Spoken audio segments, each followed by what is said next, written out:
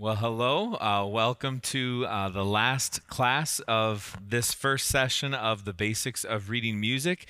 This is a little bit different of a recording because we had some technical difficulties when we had our class last night. So we lost that whole class. So that's why you see nobody here. So I'm going to still try to give you all of the information if you're following along with the notes at home, or if you're just listening to kind of get the next information that we shared. I'm going to do that right now in this empty room. But we're going to go ahead and give you that information now. If you need any of these notes, if you're just watching online, just feel free to email me, buthe, B-U-T-H-E, at racinebible.org, and I can give you those notes. I'm working on putting them all into one big PDF file, and I'll upload those to the website as well, so you'll have those. So this will probably be a much shorter video than the rest because we won't be doing any of the group activities that we did in the class for kind of review and reinforcement.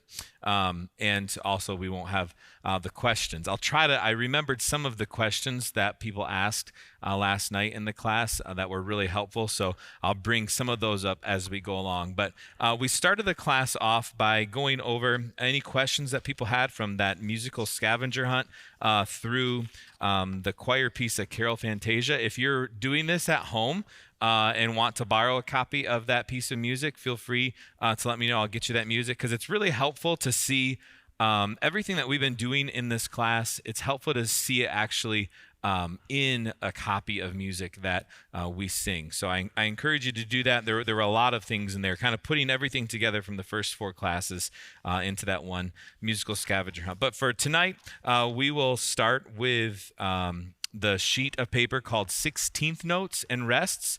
What we're going to try to do is finish up the rhythm portion that we didn't finish up a couple of weeks ago, give you all of that information, and then just a few more things to kind of end this first round of this class. So hopefully you're following along with the notes. You're on that 16th Notes and Rests sheet. Again, if you need it, let me know. But 16th note is really the last note that we have not covered so far.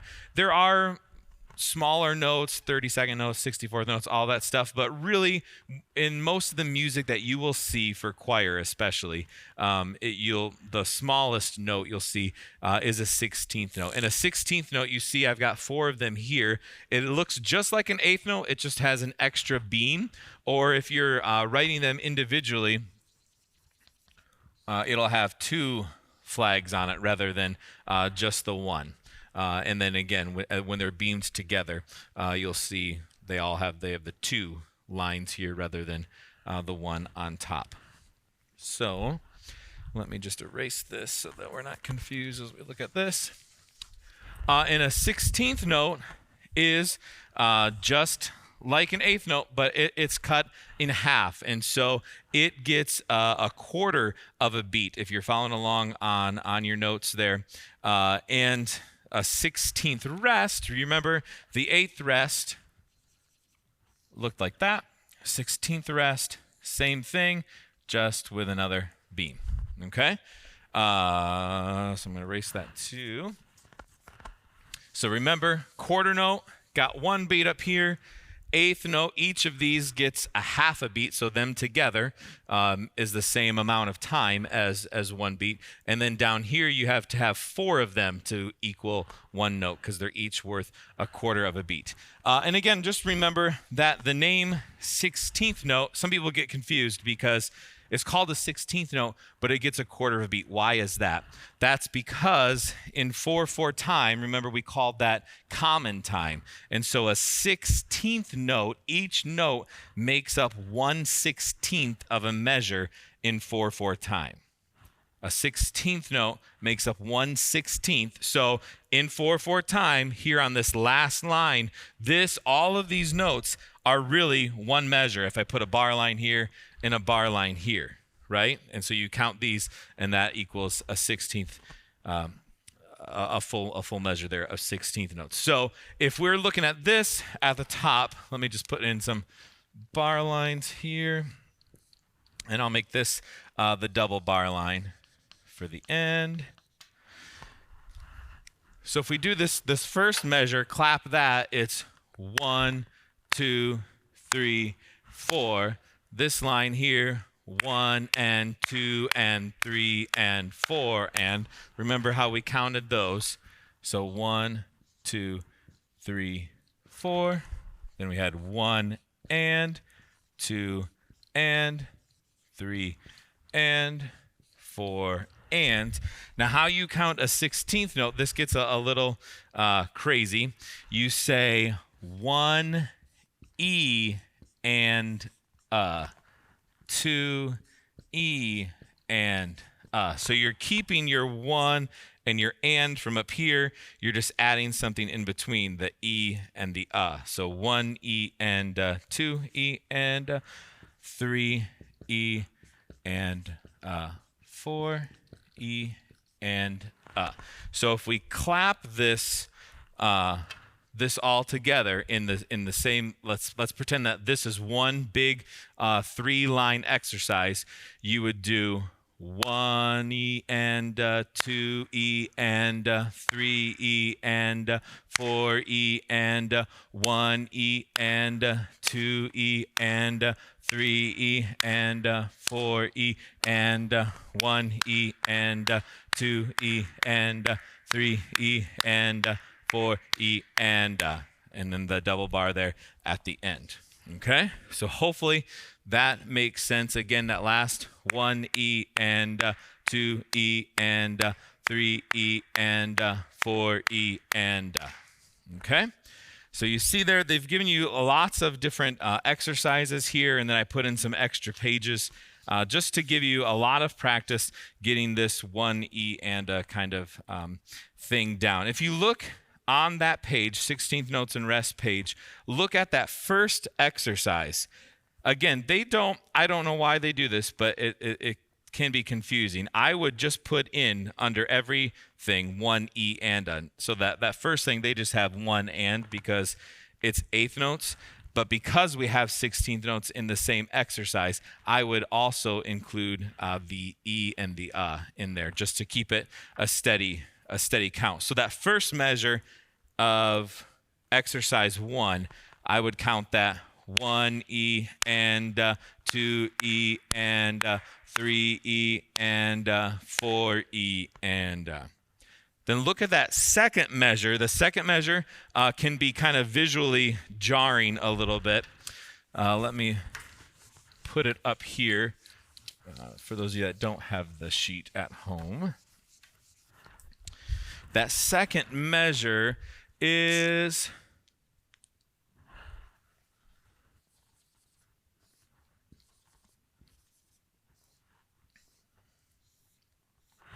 that, and then it's 4 16th notes together, and then 2 8th notes,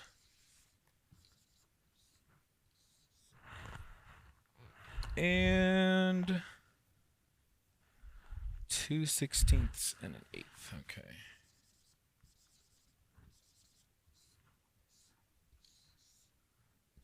Okay, so now the first beat, this is beat 1, beat 2, beat 3, beat 4 of this 4/4 measure. And this can be a little confusing because you have an 8th note and 2 16th notes sharing a beam, right? So up here, between these two notes, there's just the one beam, and then between these two, there are 2. So this is going to be counted 1 E for this note, and then you have the and separate notes. Then you've got 2 E and 3 E for this first one, and for that second one. And then you've got the same thing, but the inverse here, right? So then you've got 4 E for the 16th notes, because the 2 lines are here, and then the single line there should be 4 E, and you got and for that. So that second measure, again, this is second measure of exercise 1 on the 16th Notes and Rest page. You would count it 1 E and 2 E and 3 E and 4 E and. Okay? Try that with me if you didn't already. 1 E and 2 E and 3 E and 4 E and oops, I messed that one up. Do that one more time. 1 E and 2 E and 3 E and 4 E and. Okay? Does that make sense? So you're counting every single one just to keep your steady beat so you make sure you don't rush or slow down, but you're only clapping on the actual notes. 1 E and 2 E and 3 E and 4 E and. Okay? So hopefully that will make sense as you go through there. And the reason why they beam it this way, why they have it, this makes sense. They're all 16th notes. This makes sense. They're both 8th notes. These look a little weird because you've got 16th notes and 8th notes together. The reason why they do that is just so that visually it's helpful for you to see the beat sections, right? 1 is all clumped together, 2, 3. So they would never do it. You would never see it like. My little clamp is there. You never see it like that. That would be really weird because now you're messing up the 1 section and the 2. So you're always going to see that separate. You could see it like that if they didn't, but they would never connect the 2 here. So this is all most likely how you would see it. All right. The reason why they would break it is if maybe a lyric or something was a different word or different emphasis. So that'd be the only time that they would really break it. Otherwise, it would be beamed just like that. So hopefully that makes sense. You've got lots of different things. Number 2 is just like number 1. Write the beats in. And again, I would write all of the 1. I would write 1 E and a 2 and a 3 and a 4 and a for every single measure. It's just getting it right where that the E is under this note and not that note, and so on for numbers 2 and following. So you've got a lot to write in the beats, clap, the counts. And then number 4 is interesting. They've got the beams and flags missing on the notes, and so you've got to draw those in, figure out where those go. And then number 5, write the counts in, but there are no bar lines, so you've got to add in the bar lines.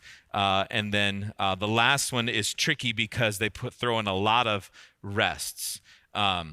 So that will be fun.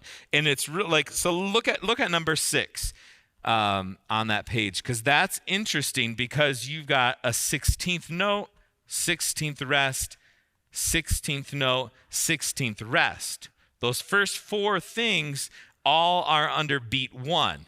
It's a little bit visually confusing because the first rest comes in between the beam, but then that second rest, because there isn't another note after that's in beat 1.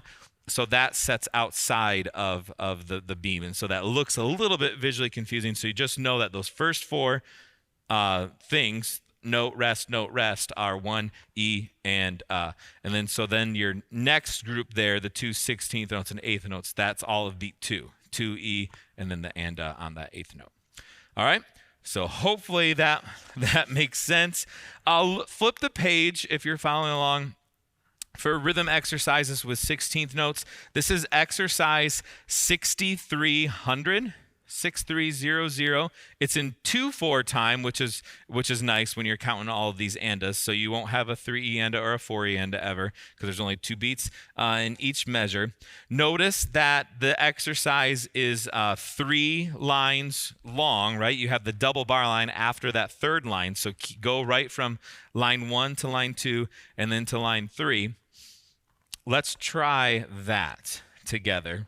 So I'll give you a count off before we come in. So the count off will go 1 E and 2 and ready, go. 1 E and 2 E and 1 E and 2 E and 1 E and 2 E and 1 E and 2 E and 1 E and 2 E and 1 E and 2 E and 1 E and 2 E and 1 E and 2 E and 1 E and 2 E and 1 E and 2 E and 1 E and 2 E and 1 E and 2 E and 1 E and 2 E and 1 E and 2 E and 1 E and 2 E and 1 E and 2 E and whew. All right. Hopefully that made sense. Let's just do it one more time to make sure that you have that. Same thing again, all three lines. I'll give you a measure count off to get us in. 1 and 1 E and 2 E and 1 E and 2 E and 1 E and 2 E and 1 E and 2 E and 1 E and 2 E and 1 E and 2 E and 1 E and 2 E and 1 E and 2 E and 1 E and 2 E and 1 E and 2 E and 1 E and 2 E and 1 E and 2 E and 1 E and 2 E and 1 E and 2 E and 1 E and 2 E and 1 E and 2 E and 1 E and 2 E and all right. Hopefully that makes sense. They get trickier as you go on. And this, you will see this quite commonly in choral music, a combination of eighth notes and 16th notes and a lot of that. So it's really important that you drill this over and over and over so you get the 1 E and feeling there, okay? So lots of practice pages here with different time signatures. But let's flip over to the page that says time signatures 6-8. Time signatures 6-8. We've got two more basic time signatures I want to teach you in this section of the class. We've done 4/4, we've done 3/4, we've done 2/4. Now we're going to do 6/8. This is the first time that we are dealing with a time signature that doesn't have a 4 in the bottom. So 6/8 means what? The 6 tells us that there are how many beats in a measure? So 6 beats in a measure.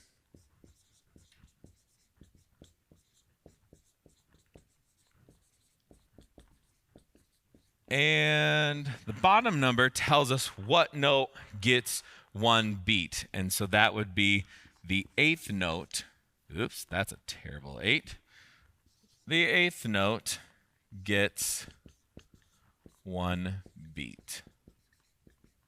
Okay, so now this, you've got to totally readjust your math in terms of quarter note, dotted quarter note, all of that stuff. So if they have a nice chart there on the page, so hopefully you're looking at this page, but if the 8th note gets 1 beat, that note that we just learned, the 16th note, no longer gets a quarter of a beat. That's in 4/4 time. That's in common time. But now in 6/8, the 16th note gets half a beat. Okay? And then if you go bigger, the quarter note, I should be drawing them. quarter note equals how many beats? 2.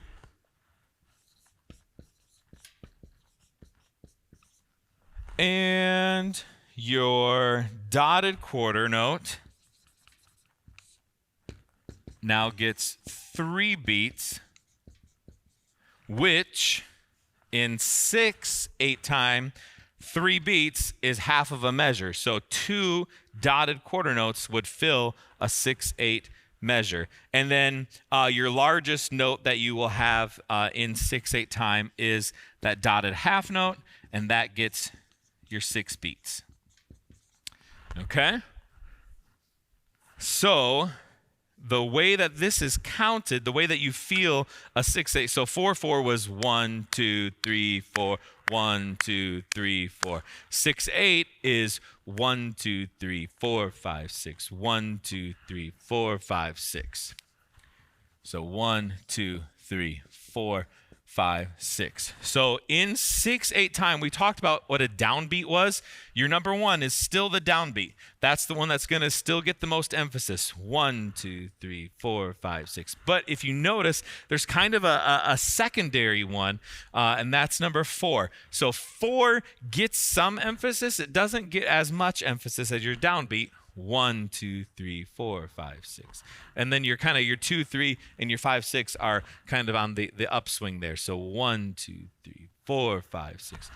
So you may be thinking, you math wizards, why don't you just do 3/4 time? Because it would, you're basically working in 6/8 time with 2 groups of 3. Great question. And it's a subtle difference, really. And the subtle difference is in 3/4.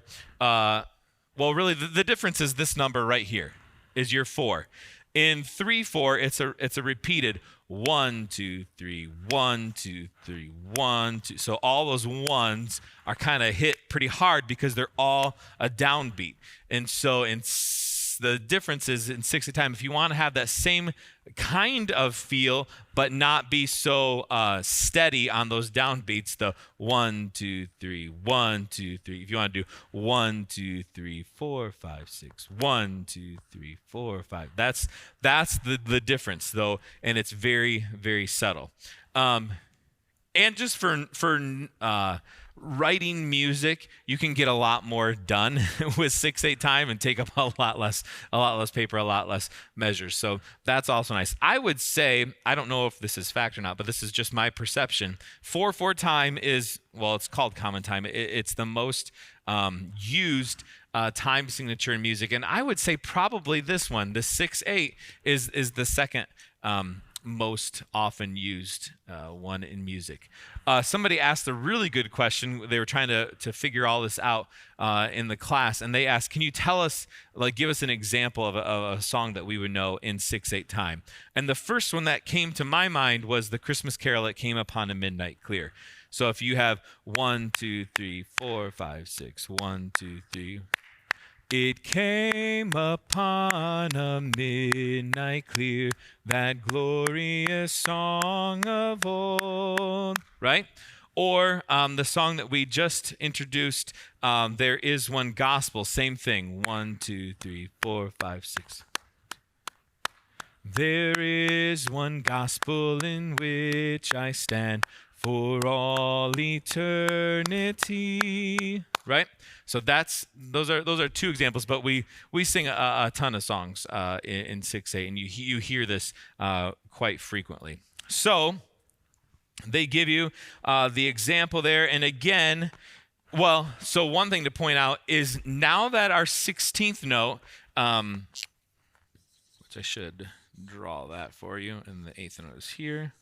Now that our 16th note gets a half a beat, we no longer deal with the E and the of the 1 E and Now it's taking on a completely, it's really functioning as an 8th note in 4/4 time because it gets half a beat. So whenever you see a 16th note, you'll just count 1 and 2 and. So in that first example, we have 16th notes. So if you really want to count it evenly, I would put ands in between all of those beat numbers that they give you on exercise 1. This is exercise 1, the time signature 6/8 page. And so you have a dotted quarter note, so I would do 1 and 2 and 3 end for that one. Quarter note next, 4 and 5 end, and then you've got an eighth note, which would be 6 end. Okay? So if you count with the ands of that measure, that would be 1 and 2 and 3 and 4 and 5 and 6 and 1 and 2 and 3 and 4 and 5 and 6 and 1 and I dropped the and, sorry. Let me do that again. 1 and 2 and 3 and 4 and 5 and 6 and 1 and 2 and 3 and 4 and 5 and 6 and 1 and 2 and 3 and 4 and 5 and 6 and 1 and 2 and 3 and 4 and 5 and 6 and. Okay? Now, doing it that way, you do lose kind of that swingy feel, the 1, 2, 3, 4, 5, 6, because how this should really feel is 1, 2, 3, 4, 5, 6, 1, 2, 3, 4, 5, 6, 1, 2, 3, 4, 5, 6, 1 and 2, 3, 4, 5, 6. Okay, that's kind of the feel. But for now, as you're just practicing it at home, put in all of those ands and do that first exercise like this. 1 and 2 and 3 and 4 and 5 and 6 and 1 and 2 and 3 and 4 and 5 and 6 and 1 and 2 and 3 and 4 and 5 and 6 and 1 and 2 and 3 and 4 and 5 and 6 and. Okay?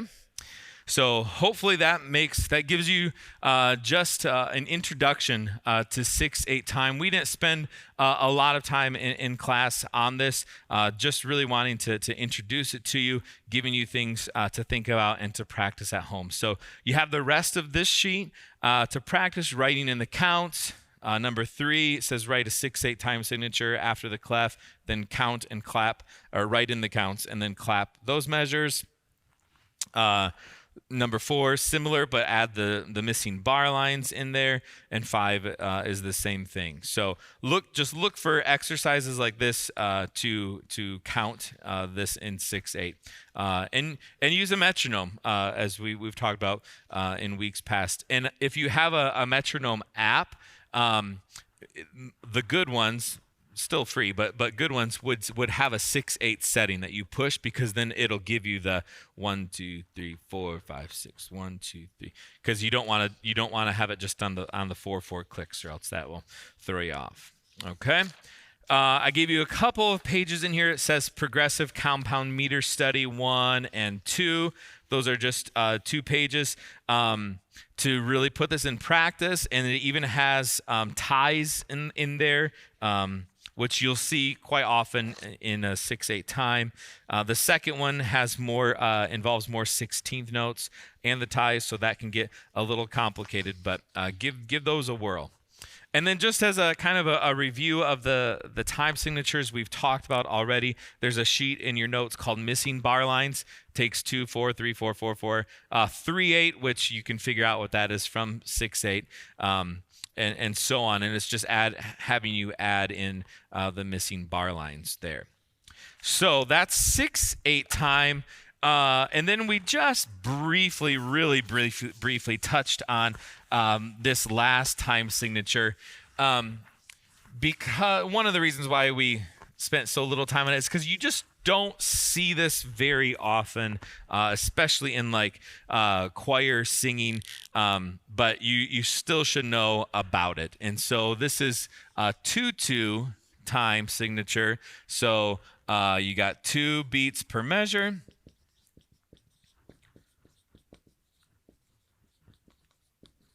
And you've got the half note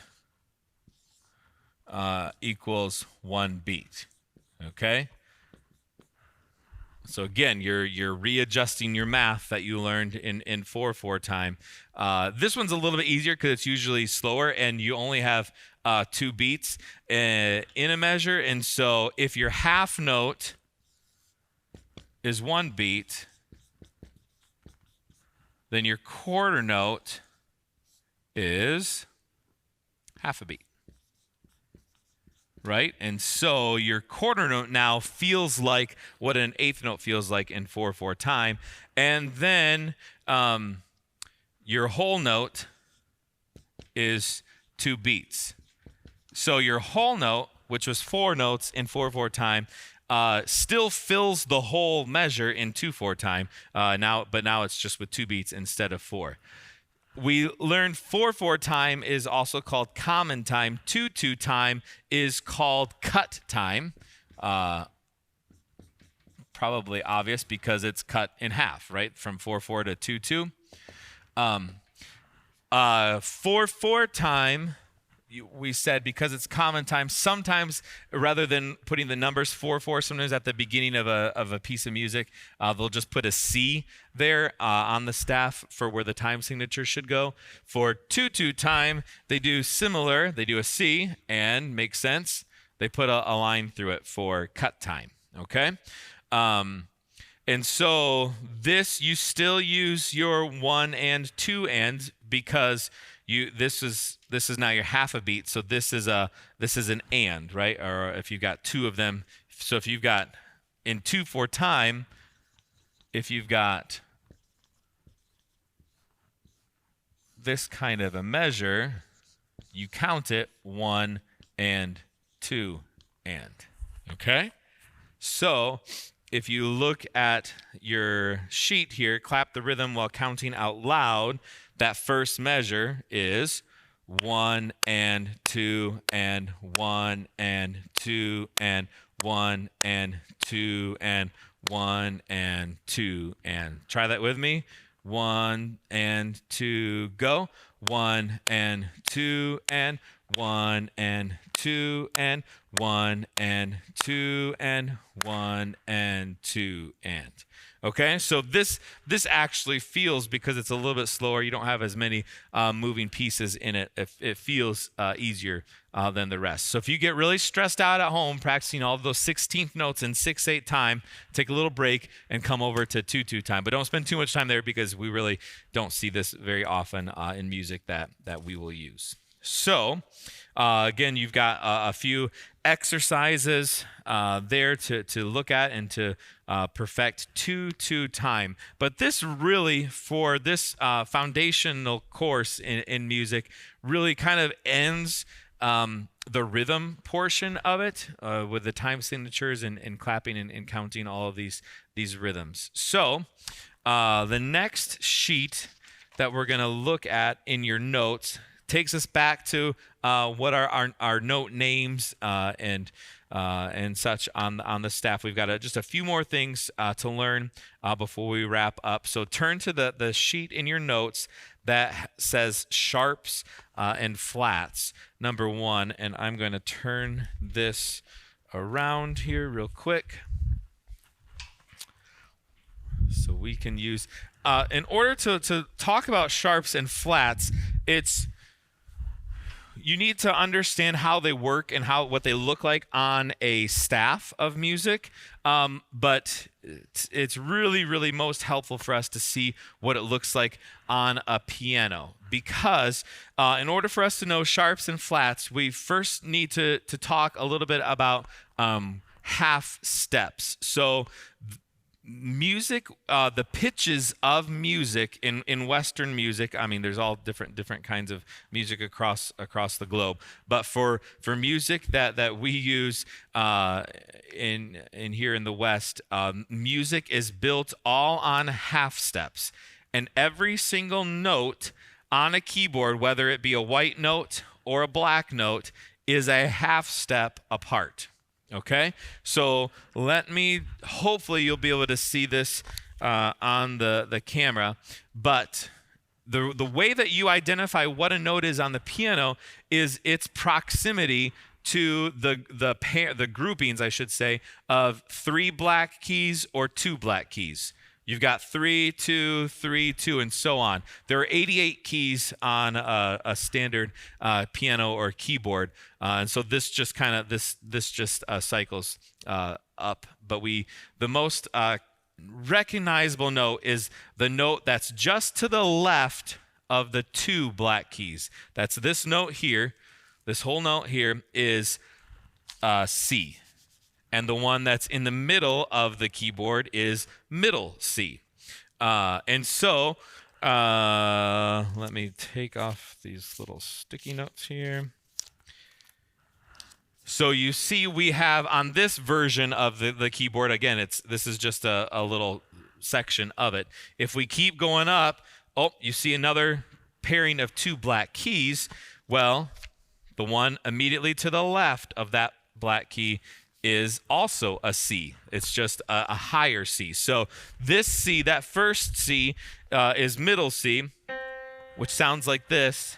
And then the next C up is this. There are actually, in those 88 keys, there are 8 C's on the keyboard. The lowest being here, then go up, up, up, up, up, up. And then the highest note on the piano is also a C. Okay? The lowest note on the piano is A, just for reference. But, so then if you figure out these white keys here, you just go up the alphabet. So then you've got D next, E, F, G, and there's no H in Western music, so then you go back to A, and then you've got B. Okay? So if you play any of these notes, that they're going to sound the different pitch for the name that it is. Now, a sharp is notated like this. It's the pound sign or the hashtag. That's a sharp. And what a sharp does next to a note is it raises it 1/2 step. So it raises it a half step.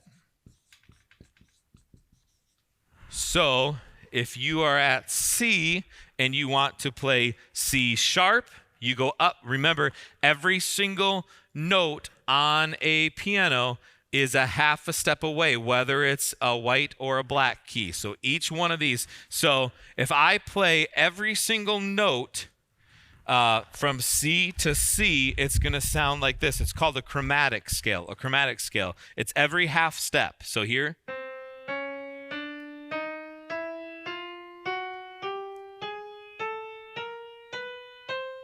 Okay, so I started on C and ended on C and played every single note in there, including the black ones, and that was a half a step. So a half a step up from C is going to give us C sharp. So this black note here is C sharp. A half step up from D is, you guessed it, D sharp. Let's just look at the white keys next to the black ones for now. So then a half step up from F, because there isn't a black note here. The half step up from F is going to give you F sharp.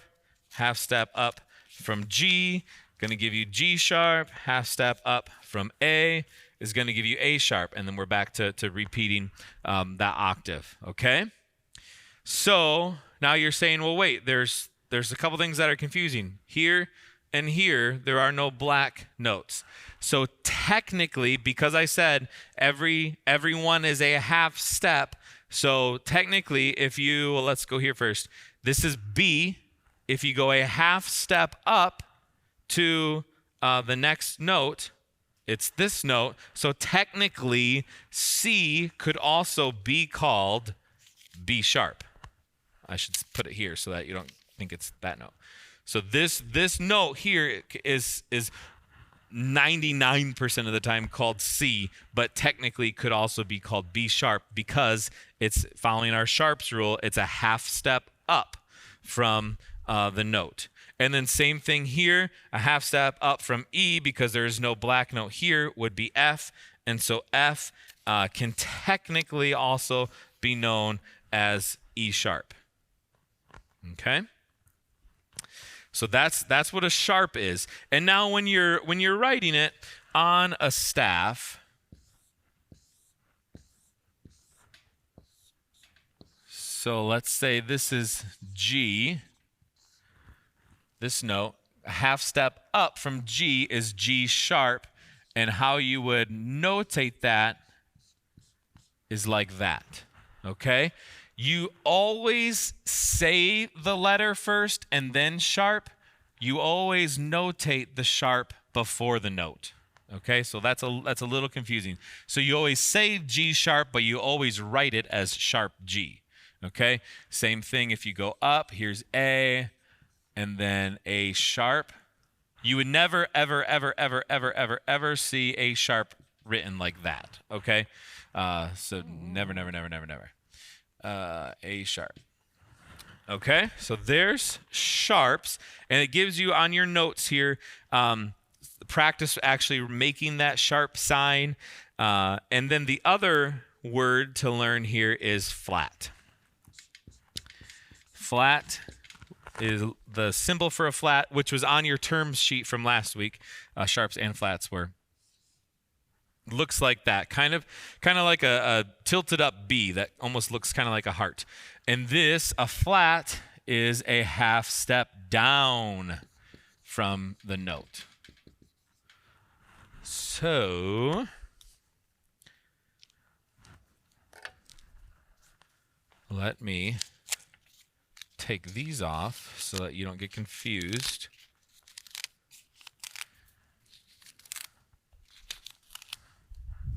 Set those here.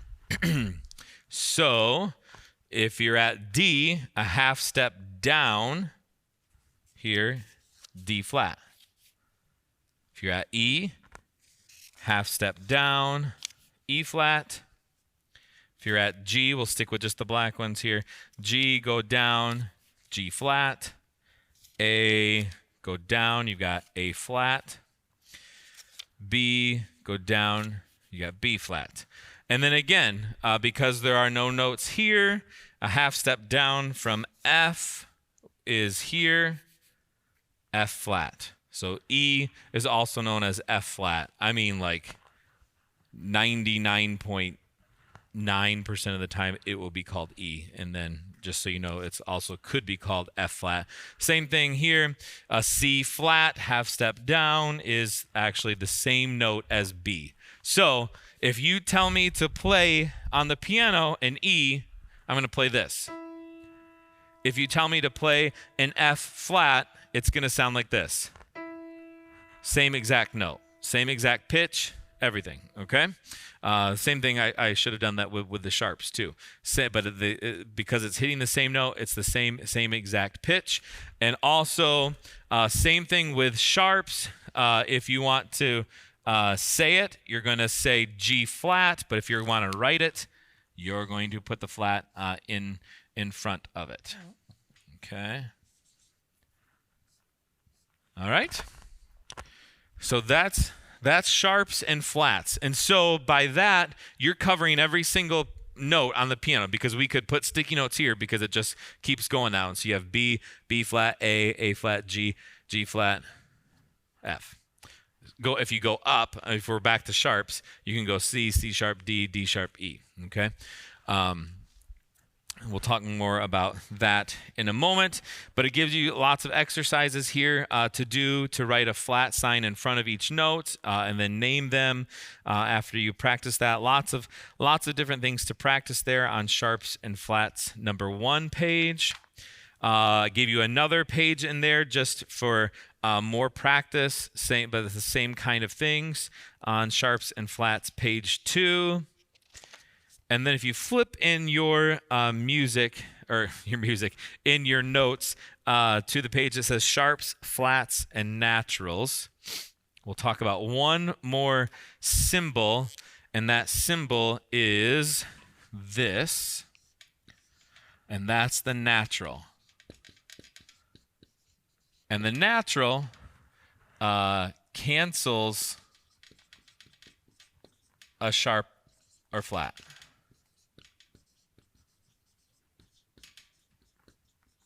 Well, what you're saying, why would I need to cancel one?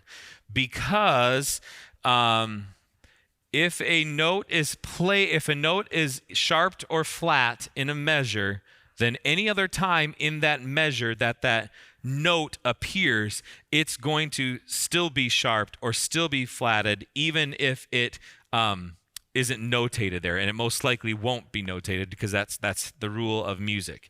So if you have, where did my eraser go?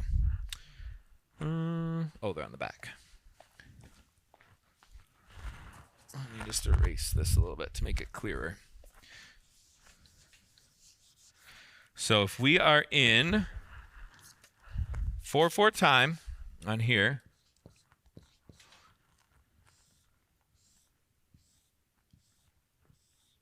actually I'm going to make it longer. And we've got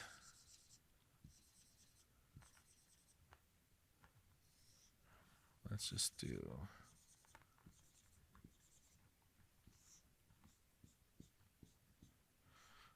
all quarter notes. And so if we have this measure here, this note is a G. This note is G flat. This note, because it's still in the same measure, also G flat, even though it doesn't have a flat sign. This note would be G flat still. This note, because it's in a new measure and bar lines cancel out sharps and flats just like a natural does, a natural sign. Now these are all regular G, not G flat. So if you're playing it on the piano, this song would go G, G flat, G flat, G flat, G, G, G, G. Okay? Let's say that you want this one to be a G flat, but you don't want this one to be. So you would put in your natural sign, just like that. So now this measure would be G, G flat, still G flat, G natural, which is the same as just regular G, and then G, G, G, G. Okay? So let's say you do that. Then you do something like that. So now this would be G, G flat, G flat, G, G flat, G flat, G, G flat. Okay, let me say that one more time. G, G flat, still G flat, G or G natural, G flat, G flat, G or G natural, G flat. Okay? And all of these things, sharps, flats, natural, just so you know the term, they're called accidentals. So if you hear that term, accidentals, we're talking just about the general category of sharps, flats, naturals. Just like we say the louds and softs of music are dynamics from last week, which could include decrescendo, crescendo, could include forte, could include piano, pianissimo, all of that stuff. Those are all called dynamics. These are all called accidentals. So anytime you see a sharp, flat, or natural in music, those are accidentals. So look at that page, sharps, flats, and naturals in your notes, and look at exercise number 1. It's telling you to write in the name of each note. So you've got first, in exercise 1, you've got D, B, B flat, and then that last note in that first measure, B flat still, because there is no natural sign and it's still in that same measure. Okay? One little caveat to the rule is coming up. You see it in your notes. The one caveat to where a bar line does not cancel out the flat, let's pretend that we've got this, and we don't do that, is when the notes are tied together. Okay? So now if it's like this, even though it's a new measure, you've got G, G flat, G flat, G flat, G flat, G flat, G natural, G flat. Because your tie acts as if that bar line wasn't there in terms of canceling it out. Okay? I think that's everything there. They've given you lots of exercises to practice on the rest of this page. Yeah, good. Flip the page. Enharmonic notes. This is another term to know. Enharmonic. Enharmonic just simply means a note that sounds the same but is spelled differently. We had lots of questions in our class to why this would be, and those are all questions for the next round of classes that we have for music. There are lots of reasons why this happens, but for now, just know that an enharmonic is a note that sounds the same but spelled differently. So I took all these down. We have that here. This is an enharmonic because you can call this black note either a C sharp because it's a half step up from C, or you can call it a D flat because it's a half step down from D. Same thing here. You got D sharp and E flat. You've got F sharp and G flat. You've got G sharp and A flat. You've got A sharp and B flat. Okay. Yeah. So enharmonic is just when you could see this in music. So if this is your song, let's see here, and your first note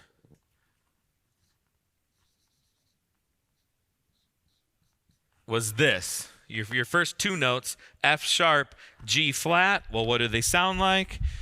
F sharp, G flat, same exact note. La la. So if you see this in a piece of music, which you wouldn't see it very often, and if you're in choir, I'll point it out when this happens.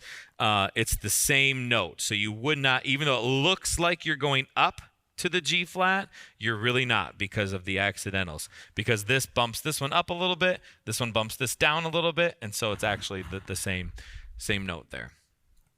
Okay, so they've asked you a lot of these exercises on this enharmonics page. This is more of just a term to be aware of.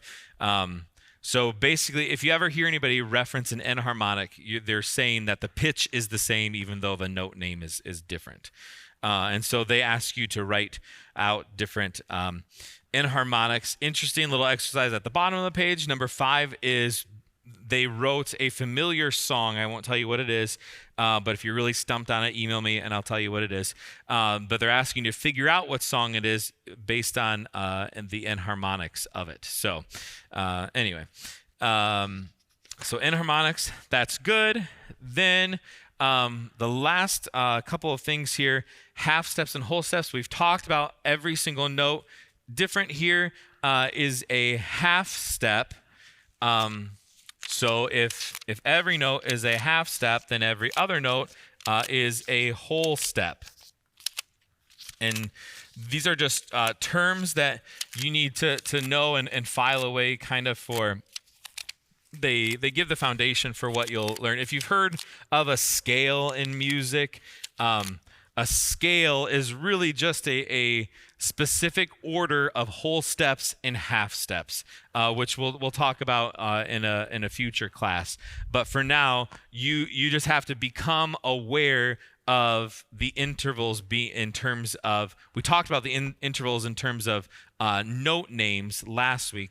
Now you need to grasp intervals in terms of whole steps and half steps. So they've given you lots of different exercises. And one of the things that we did in class, we spent a little bit of time on this, was I would put a sticky note on a note, and then I would ask the class to, I would say, what is the note that is a half a step away from, a half step above this note?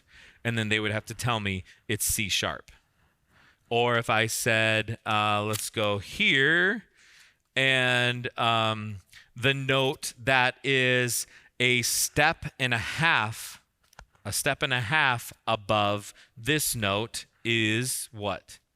a note that is a step and a half, a whole step and a half step away from this note above is, well, you go half step, whole step, half step.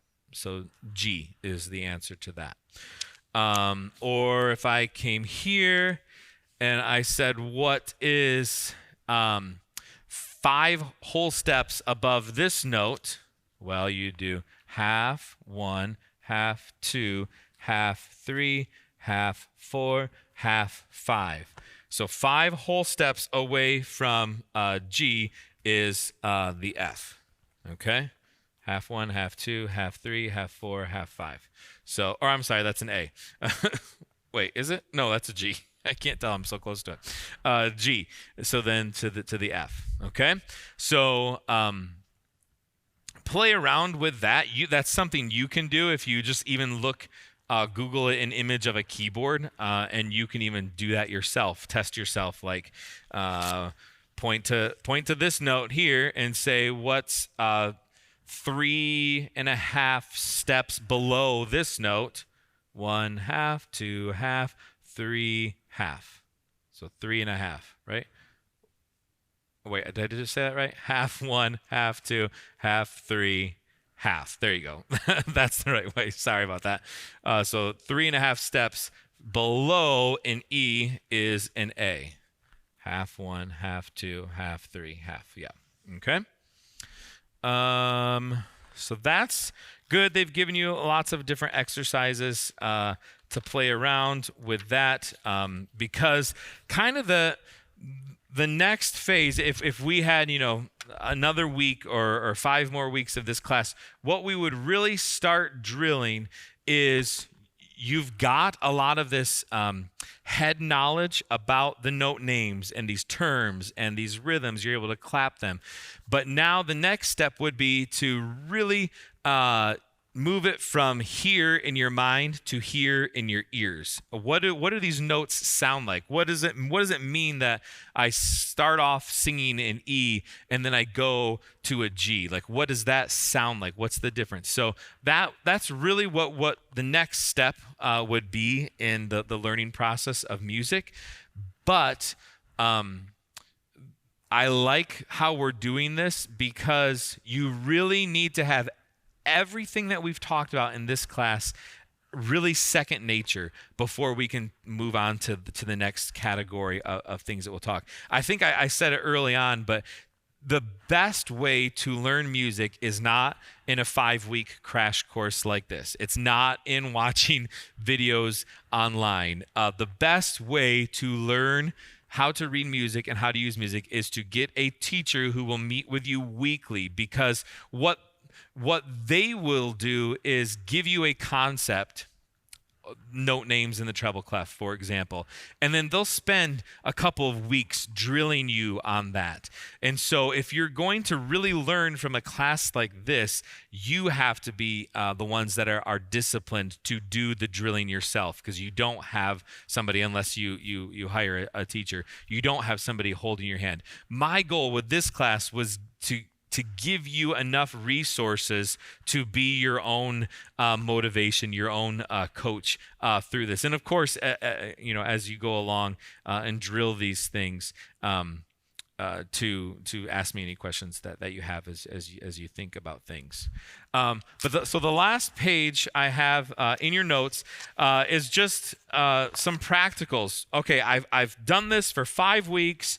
We have 7.5 hours of content that I've just, my eyes are bugging out right now because I'm trying to get it all straight. So what do I do with this now? 7 tips here on this last page in terms of closing here to help you implement this in practical ways.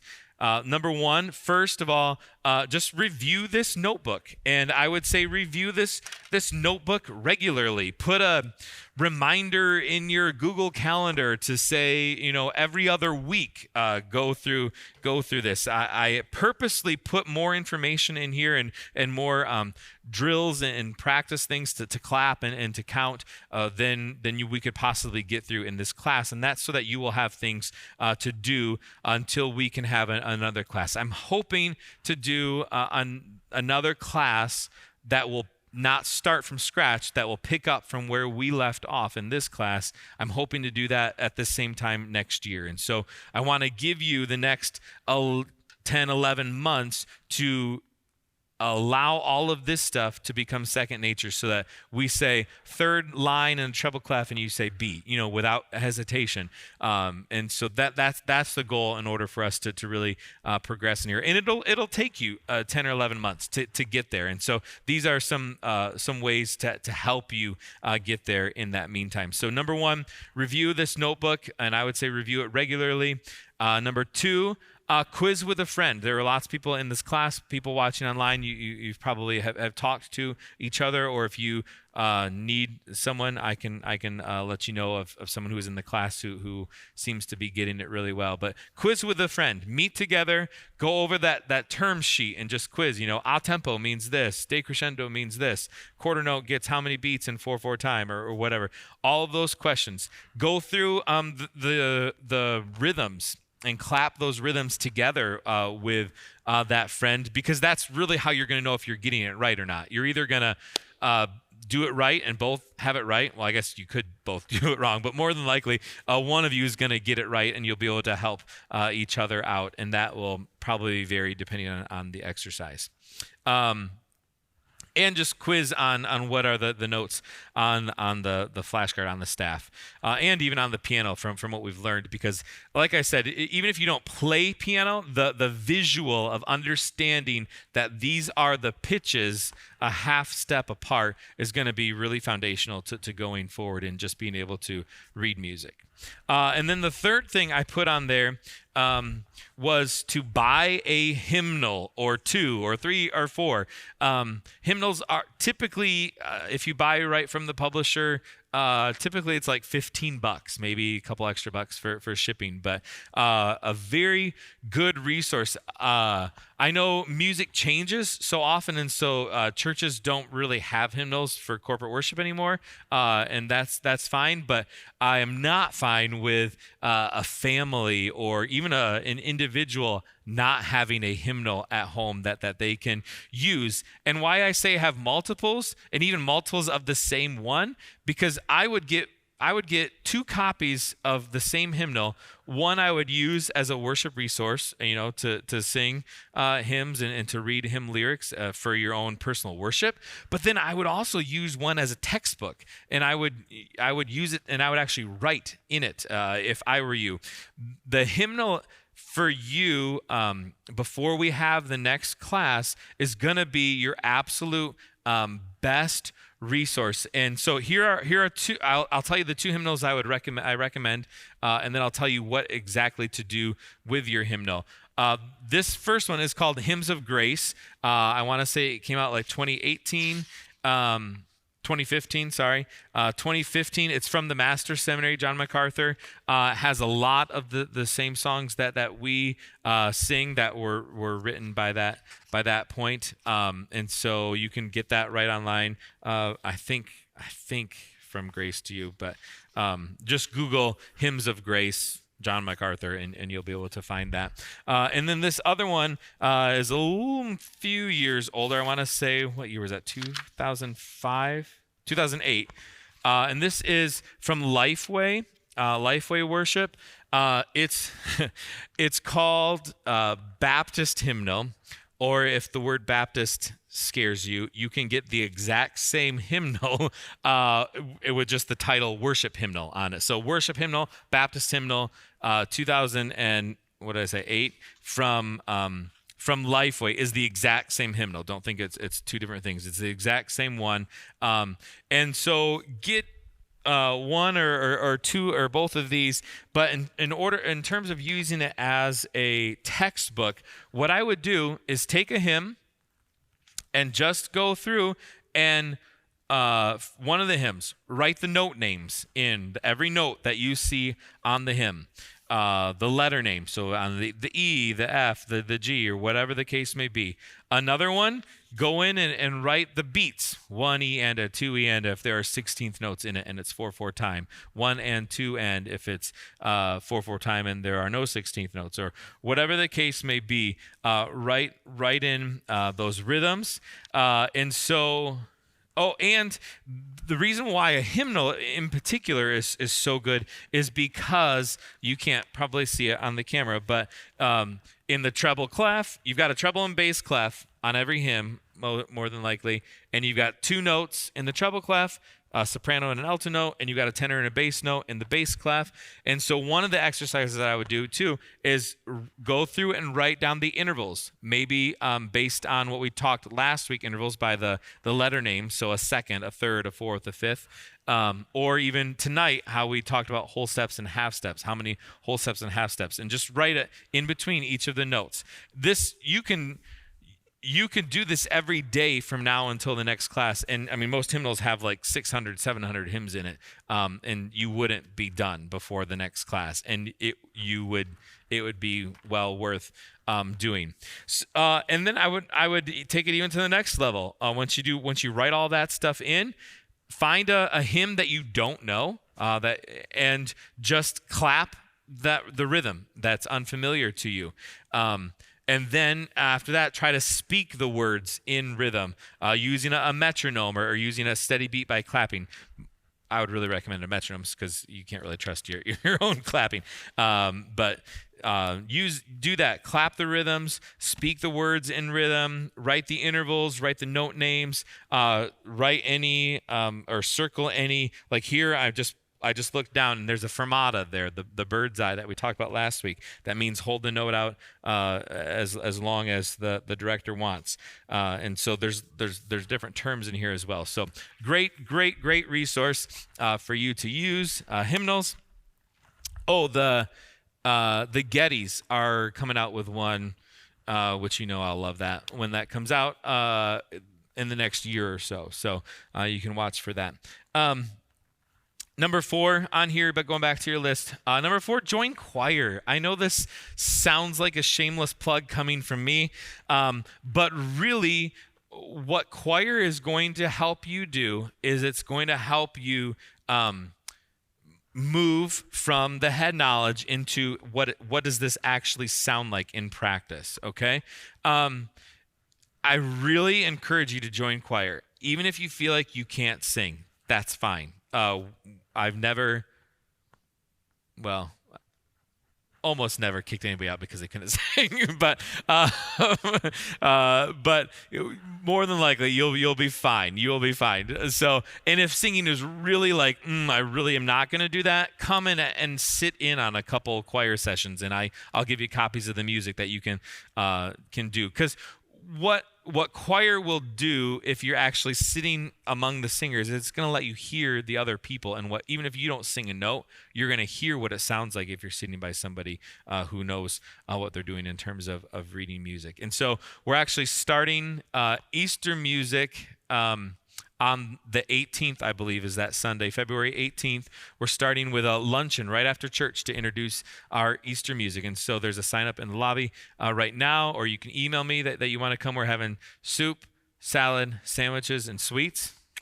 So you can sign up for that, and we'd love to have you be a part of that and start getting plugged in there. But again, you're welcome anytime, even if you don't officially join choir, which you should. You're welcome to come. And then in the class, in our in-person class, I gave each person, each household represented a gift, and that was a gift of flashcards. These flashcards are great because they're either a symbol or they're actually a little portion of the staff with a note on the staff, and you have to identify what a note. And so you can just thumb through these at hundreds of times over the next 11 months. You can use these when you're meeting with your friend. Your friend can hold them up, and you could because the answer's on the back. But if you're not, if you we're not in person, I've got a couple extras of these. If you have watched and you've made it to this point and you're still listening to me, you deserve to have some flashcards. So I will get you some flashcards. Or if you want to order it yourself, these that I bought are the Alfred. That's the publisher, Alfred. Complete color-coded flashcards. You can get them on Amazon. I think I got them for like $6 or $7 a pop. So these would be really, really helpful for you as well. Number 6 on here, I said just ask me any questions If it's June, you're thumbing through your book and you're like, what does this mean? Shoot me an email. I gave you my email at the beginning of this class. So email me. I'm happy to help you figure out any of that kind of stuff. And then, as I've already referenced, number 7, look for class 2. Look for class 2, hopefully coming next winter. We've had a great winter this year in terms of weather, so we've been able to meet all of our 5 weeks, which has been great. And so I hope to do that again next year. So this really wraps things up. I started off the whole class by reading some scripture about just the priority of learning to play skillfully or to sing skillfully. And so I just want to close with that. Psalm 33, the first 9 verses I'll read. It says, "Shout for joy in the Lord, O you righteous. Praise befits the upright. Give thanks to the Lord with the lyre. Make melody to him with the harp of 10 strings. Sing to him a new song. Play skillfully on the strings with loud shouts." The first 2 verses frame why we are to play skillfully. It's not just so we can be proud or think highly of ourselves or whatever, but the whole purpose is to praise the Lord. It's to give thanks to him, to make melody to him. And so because it's to him, he deserves our best. And so that's the whole point of all of this. We learn to do this skillfully so that we can give the Lord our very best. Verse 4 back in Psalm 33, "For the word of the Lord is upright, and all his work is done in faithfulness." This is we are to play skillfully, to learn music skillfully, because as a reflection of and for his own faithfulness. Verse 4. Verse 5 says, "He loves righteousness and justice. The earth is full of the steadfast love of the Lord." And then this is really interesting. Going into 6 through 9 says, "By the word of the Lord the heavens were made, and by the breath of his mouth all their host. He gathers the waters of the sea as a heap. He puts the deeps in storehouses. Let all the earth fear the Lord. Let all the inhabitants of the world stand in awe of him. For he spoke, and it came to be. He commanded, and it stood firm." When we make music, when we sing, when we play instruments, when we do so hopefully skillfully, we are reflecting the creativity of our Creator. And so that's one of the reasons why it's so important that we learn to do it well. Obviously, we're never going to achieve the perfection that he did when he created, but it is a good call for us to continue to work hard in this effort to praise him and to hopefully reflect a little bit of his character and his creativity. So that's why we're doing this, and I pray that this will all help us be not only better musicians, but better worshipers of our Creator and our Savior, our Redeemer. So thanks for tuning in, and I hope to continue this with you all next winter. Thanks.